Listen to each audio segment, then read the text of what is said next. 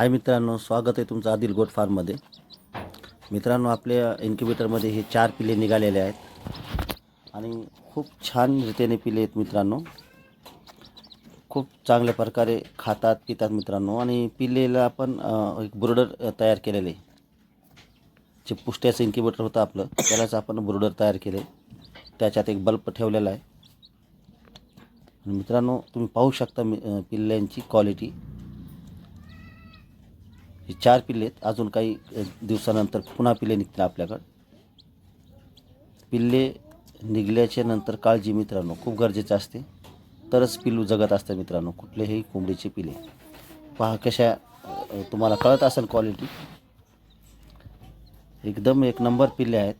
आणि कसे वाटले तुम्ही पण कळवा. आणि थोड्या काही दिवसातच आपले पुन्हा एक पिल्ले निघतील मित्रांनो. पाहू शकता तुम्ही, एक नंबर क्वालिटी निघली मित्रांनो.